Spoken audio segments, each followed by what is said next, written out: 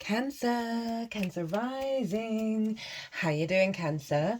This is your reading for the Gemini new moon that's happening either on the 26th or 27th of May 2025, depending on what part of the planet you're currently hailing from.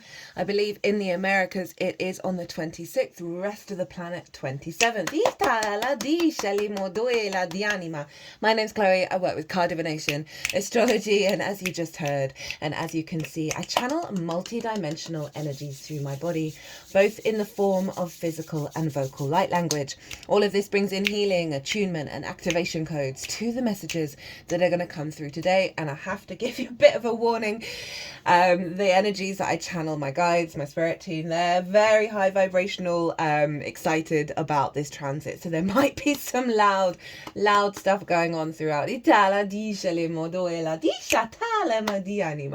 So, my loves, I read for the rising signs. So for those of you who do not have Cancer in the first house, look to the house it does fall in your natal chart. Look to the themes of that house. And you want to apply those themes along with all the other meaning you've got going on in the sign of Cancer to the messages that come through today. Because it will be as if that Cancer energy, wherever it falls in your natal chart, has now energetically moved to the first house. So the astrology for the rising sign will always still link in. You've just got to add on your own natal Cancer chart energy on top of it, right? For example, I've got Cancer in the 12th and I've got my EQ there, which is the ascendant from the equator on the time you were born. So I'd apply all of that meaning to what comes through in this reading. As always, take what resonates, leave what doesn't. So there is a collective reading before I get on with this. There's a collective reading. I did that yesterday. The energy in it was insane. It was so fast, fun, joyous. Woohoo! Big vibe shift from what we've been going through. And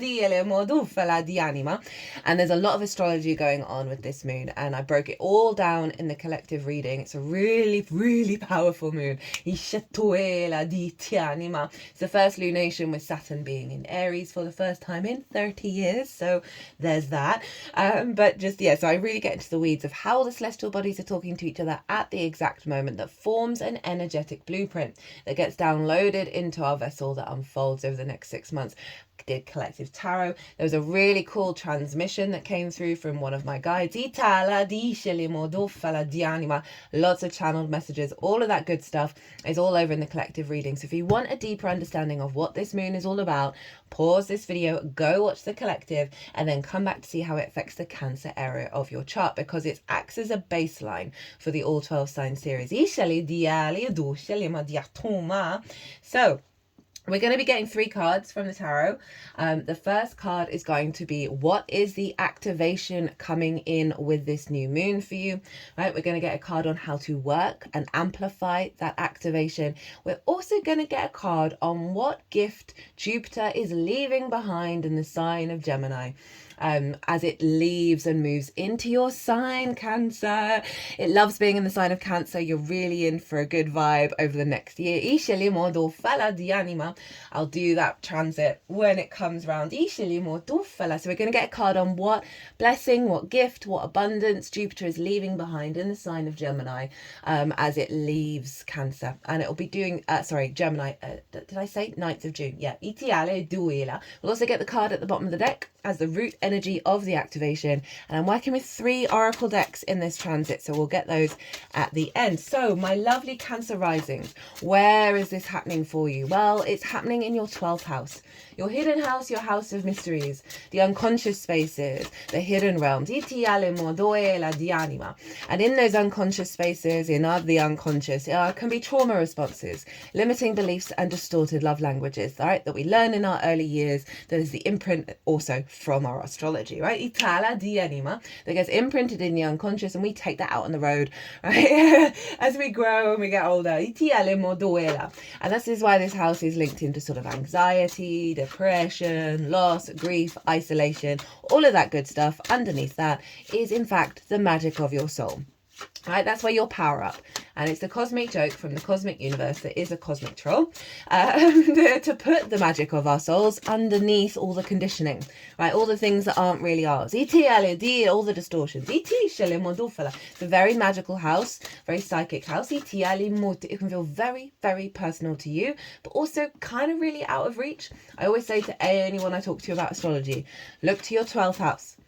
Look to what that means to you. And try and bring that out into the world. Try and integrate it. Now, the reason why, I'm not quite doing you second, 12 on the clock as I say this, but I'm in fact doing you third and 12 is 1, 2 is 3. But the reason why I'm doing you earlier, is because 12th house transits can be a little difficult. And obviously the sun's going to be there for a month, but... So this is when the focal point is going to be on all those themes. And it's every sign goes through it once a year. And it's a closing out of unconscious responses. It's a amplification of the magic of your soul and the reconnection to it. The sun moving through the 12th is like shining a light in the darkness, right? But you may just find yourself a little bit more withdrawn. You may notice unconscious responses coming to the surface, or all those other things that I talked about. And the inherent energy is to get you to be in observer mode and figure out what's you, what's not you, what you need to process, what you need to cut cords with in order to get back to the magic of your soul. And you're getting a really beautiful high vibrational frequency moon come in for your 12th house energy. So I'm just bearing that in mind because, setting intentions with a 12th house can be really quite phenomenal because the moon also does represent the unconscious and she's in her most receptive energy. I still got that one. So it's really, really allowing you to go into the depths of the unconscious, whatever that means for you in your own journey. And regulars, Cancer. Sorry, I nearly swore. I swore quite a lot in the collective reading. Oh my god! Okay, which one do we want? Okay, we want that one. Yeah. I can't wait to get to this tarot. Your last reading for the Scorpio moon was bonkers as well. Right, anyway, you're ruled by the moon, so not surprised. Anyway, where was I? I'm really distracted by those cards. It's completely gone. It's completely gone. So setting intentions around being able to work through this stuff, being able to amplify your magic is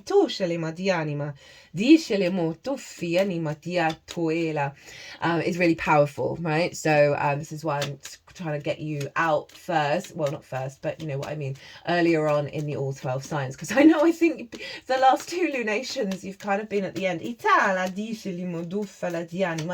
I do apologise. So this moon is conjunct Mercury, who rules Gemini. And by the way, with Jupiter being there, you've had a really good year of working through a lot of unconscious responses, because Jupiter really allows us to get a higher perspective. It brings in more of an abundant energy, right? A feeling good. So you've had a lot of support over the last year, and it's going to be moving into your sign, which is a great transit. So this new moon was conjunct Mercury, the ruler of Gemini, and basically Mercury is pulling all the energy of all the chart into Gemini, right? It's ruling the whole chart. So there's a real focus point on clarity of perception. And so this is really powerful. With this new moon, you know, as I said, setting intentions to raise your capacity to connect to the magic of your soul, to help you heal and work through unconscious responses, right? You might find yourself in meditation or just pulled back in isolation, kind of like a mini retreat around this new moon, and spending a little bit more time just by yourself and withdrawing during Gemini season. Now, it's also conjunct Uranus, but Uranus is still in Taurus. So it's pulling that Uranian energy into this new moon, the great liberation energy. And obviously Uranus is going to be moving into your sign. You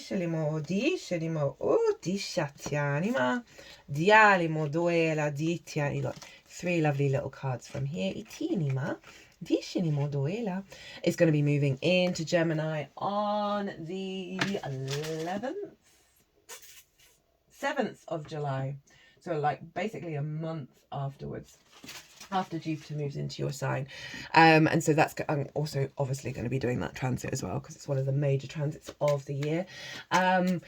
That in the sign of Taurus, which is your hopes and dreams, friends, groups and alliances, and reaping the benefits from your 10th house, it's really been setting you free on your path to manifest your hopes and dreams, connect to groups, reap benefits from your 10th house that serve that path, serve your sense of freedom, your future thinking energy. And now that's infusing into this new moon of the capacity for you to be, Uranus is so independent, so in your own frequency when it comes to your hopes and dreams, infusing that into the unconscious spaces. So much of what is in the unconscious is not us. And so that Uranian liberation energy is really setting your unconscious awake to those hopes and dreams and to the capacity to manifest in the unconscious and for that to unfold.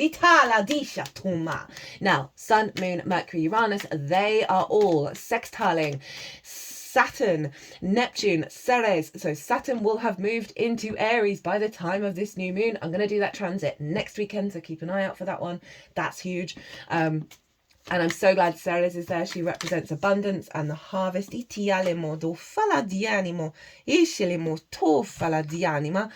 so we've got this very and this is in your 10th house. I'm speaking very fast. I spoke very fast.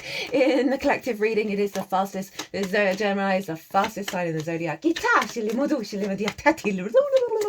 And so Aries for you is your 10th house of life path and career, visibility and reputation, how the big outside world sees you. And so they are sextiling. All of this energy is sextiling this new moon. A sextile is ruled by Venus. So think of all the qualities of Venus, and that is embodied in the aspect of a sextile. So we have this very, very, very, very, very, very, very, very, very, very supportive energy coming in from Saturn, getting you right with your life path, right? Step up to your integrity, your commitment, your due diligence to the path, right? Neptune, bringing in that magical reality. Ceres, making it abundant in its nature and infusing in your unconscious spaces to help liberate you from blocks of the path of being able to commit to the path, be seen, be visible, and be your fullest self. Now, at the same time, I'm going to talk about two things left.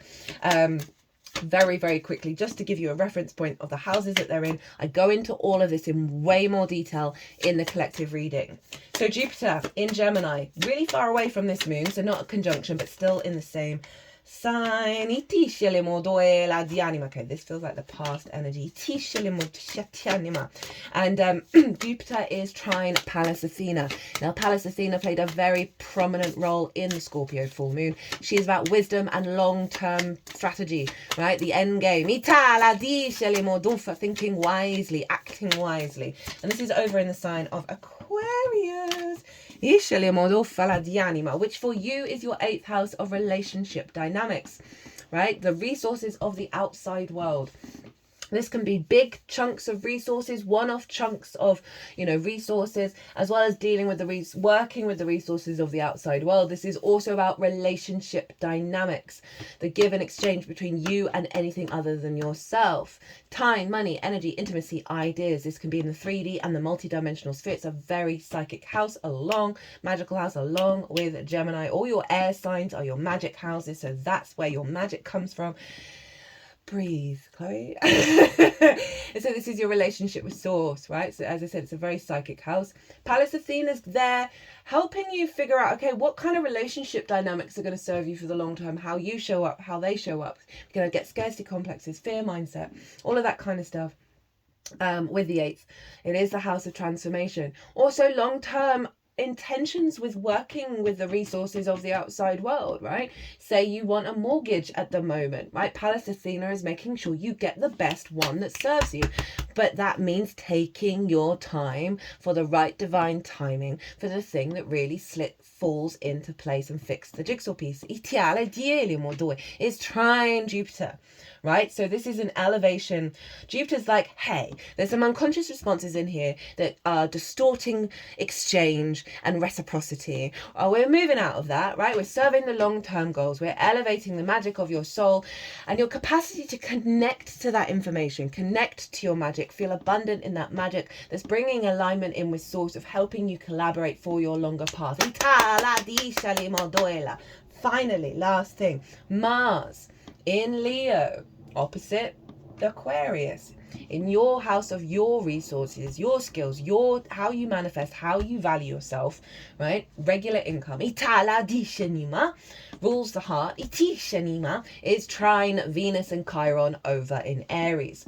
Beautiful trine energy. Trine is ruled by Jupiter, so think of the qualities of Jupiter with both Pallas Athena and Jupiter, as well as Mars, Venus and Aries, Venus and Chiron. Okay, so this is an elevation of a higher level of wisdom and your capacity to connect to that wisdom, to love and desire the path via the heart from a place of autonomy, Aries. Very inspiration of connecting your desire and your motivation to this elevation of being the master teacher, of healing deep wounds in the process, around how you value yourself and therefore how you're seen, right?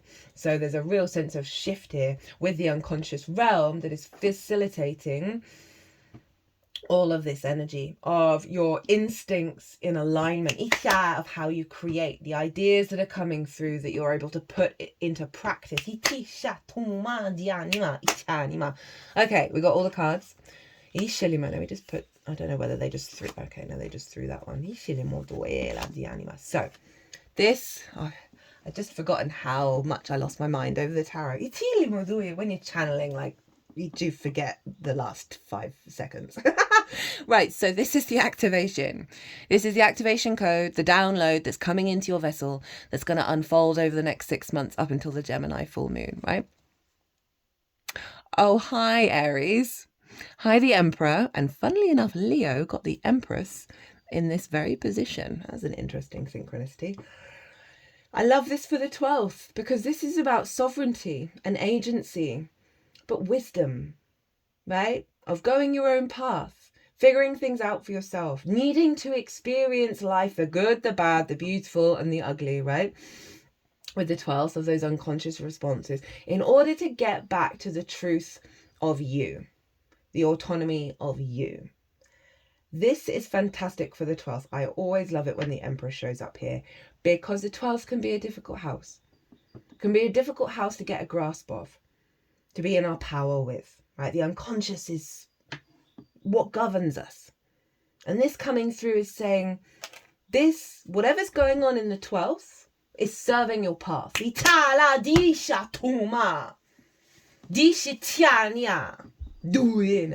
Because that's Aries, right? That's your life path. That's how you're seen. So there's a real power play here coming in a way that feels very natural, of you coming back to your sovereignty. The Emperor understands its own divinity and therefore the agency of the I am and the sovereignty of the individual and the power of that and honoring that path. And that is just a beautiful energy to come in the 12th, right? Of anxiety, worry, distortions in the field, unconscious responses that aren't ours, that aren't your inherent frequency. And this is just steamrolling in and going, done. We're done with that. We're done with that. Doesn't mean that there aren't going to be tendrils of it. There aren't going to be issues. But like there's a resounding frequency of whatever's left, you're taking charge. You're able to deal with it, right? You're able to deal with it. Okay, how to work with this energy. How to amplify the Emperor. What to focus on in the 12th house over the next 6 months. See, this is why I was losing my mind. We got the Fool. Fresh new energy. You're not beholden. Operate from the heart. The chest is really far forward on the Fool, which means its heart is leading it. It's really open. It's really open to the new journey, open to new experiences. right? It's not jaded. It's left the village, therefore it's left the unconscious responses. It's left the traditions, the dogma, the restrictions, the limitations. Much of our unconscious responses come from the village, come from the family, come from our local community when we were between the ages of 0 to 7, and then when we're teenagers, when the hormones are going all mental. This is like liberation energy. This is in fact Uranus in the tarot. So it's saying focus on the sense of you are, you know, I don't often say cut cords, and I mentioned it in this reading. You are letting go. You're not attached. You're not entangled in the same way. They want you to focus on that. They want you to focus, to lead from the heart. Be open to this unfolding, right? And don't look back. It doesn't mean denying any of the difficult energies you may feel in the 12th, but it's operating it from the heart and being curious about it. That was a big thing that came through in the collective reading.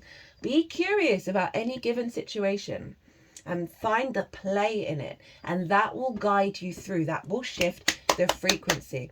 Also, if you're feeling run down, if you're feeling anxious, if you're feeling depressed, honor that experience. Be loving and kind with yourself, but then step back into your power and let yourself be free. Now this is Jupiter's blessing as it leaves the sign of Gemini. What Jupiter is locking in for you as it leaves. And this was also why I was losing my mind. Got the 10 of Cups. Again, I love this combination with the Emperor in the 12th. So this is the outside representation of your inner alignment, right? When things are going well and feel aligned emotionally out in the world. We've got two groups of two, older and younger, inner child and adult grown, in union with one another, in harmony with one another, playing with one another. And so this is a real sense of a balm in your unconscious space, in your magic, that is then allowing these true hopes and dreams, these true wishes, your true magic, the true magic of your soul, your power up, to be embedded in the unconscious spaces. Our unconscious creates our reality. And this is what's going on for you, Cancer. This is what a 12-year cycle of Jupiter is closing out and activating for you. It's not going to be another 12 years till it's in Gemini. Just delightful energy for the 12th. Just delightful energy. Okay, what's at the root? What's at the root of the Emperor? King of Swords, High Aquarius. Again, this is being, and I love that it's swords, because obviously Gemini is swords. It's an air sign. King of Kings who knows clearly. The King of Swords. Clarity of mind, clarity of vision, clarity of thought. And the capacity to be 222 on the clock as I say this, the capacity to be sovereign and take action on that clarity. No distortions in the field. Mature, sovereign thought processes. Understandings in the unconscious spaces. Enough is enough. You have transformed. Look, you've got the butterflies on the back of the throne. The King of Swords has emerged from the cocoon, has metamorphosized and transformed into its sovereign universal truth. And nothing can shake it.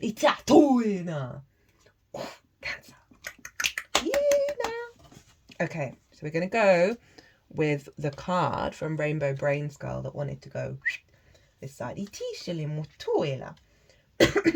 me. So, what have we got? The work is whatever uncomfortable thing that is in front of you right now at this moment. And I said with this card, it felt like it's more in the past. It's not that there isn't an element of this in the future and the unfolding. But given the cards that you have, whatever, and remember, year 9, closing out of a huge karmic cycle, loads of stuff from Pisces to Aries, end and the beginning of the zodiac, wood snake, shedding of skin. The karmic clearing that we're doing this year is profound. So any difficulties, any struggles that come up, see them as blessings to help you clear out, right? So I'm not feeling like this is heavy. I'm feeling like you're in your power to be able to release this. The cave you fear to enter holds the treasure you seek. Joseph Campbell. A simple but difficult message. It is time to confront the uncomfortable and engage in whatever you're working so hard to avoid. Remember, even though you may know what you need to do, you can't know all the rewards waiting on the other side. So the predominant energy I am genuinely getting is that the most of this work has been done.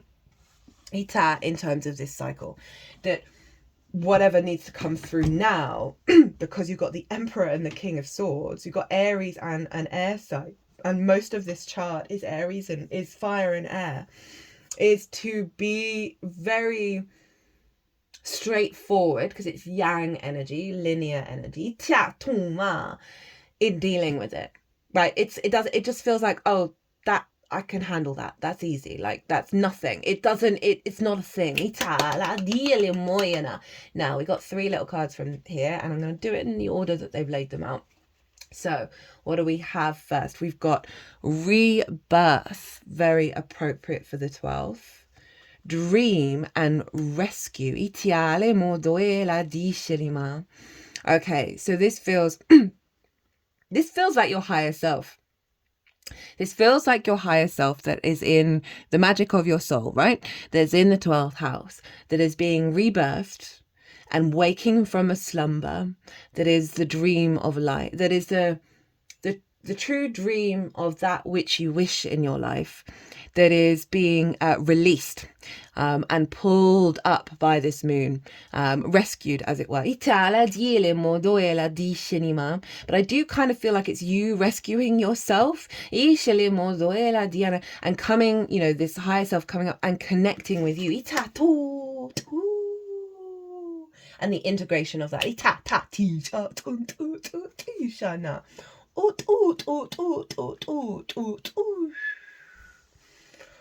Ooh, beautiful. Very, very beautiful. Okay. Which way do they... Okay, they were in that order. Interestingly, didn't I just say 222? This next card is number 22. We have, for me, if I can't make it fun, I'm just not going to be able to do it. There's the Fool showing up. Remember how to play. Oh, that's so funny. Play was one of the main messages of the collective reading. Itala. If you're not having a blast whenever you can, your childhood self would be quite disappointed. Remember, we've got the inner child and the mature self showing up here in union. Get in touch with your inner child. They've been watching this whole time.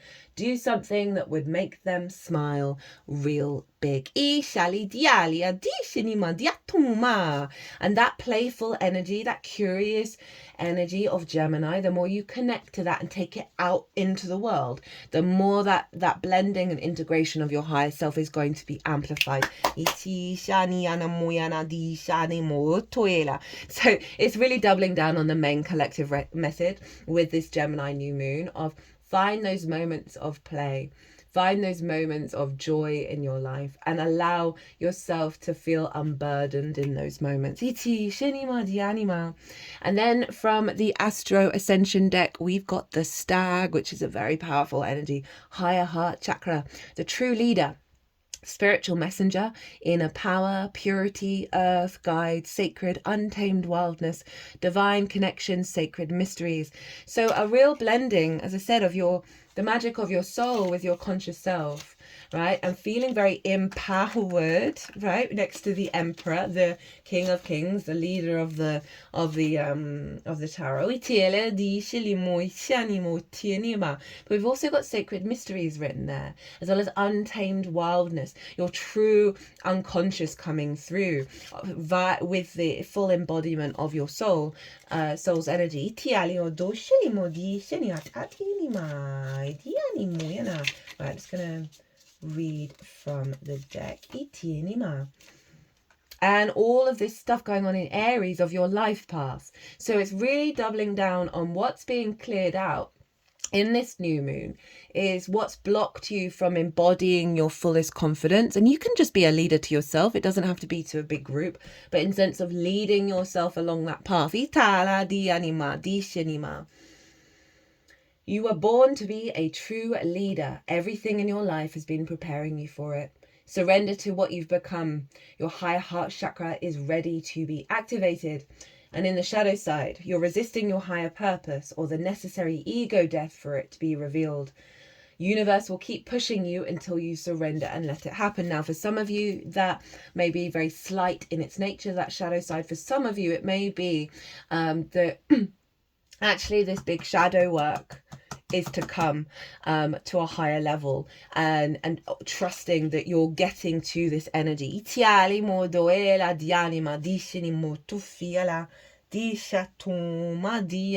the bottom of the deck, we've got the 11th house. Hello, Uranus.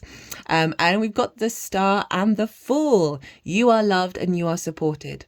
So trust in that. That's all I really feel like I need to read from that one. Of really knowing you are held, really knowing that you are loved by your higher self, by your soul, by your guides, by your spirit team, by source, for this. I mean, look at it, look at it, look at it, look at it. That's just lovely. You are being rebirthed. You are being rebirthed, and allowing more play into your life, but also a level of sovereignty.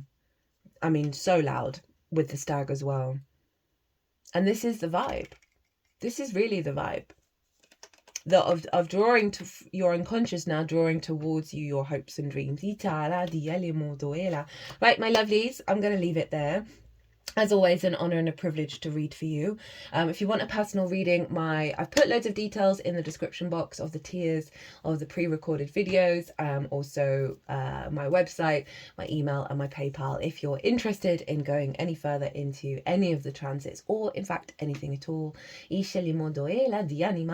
Cancer, be good to yourselves, be good to those around you. Safe travels and be well until we meet again.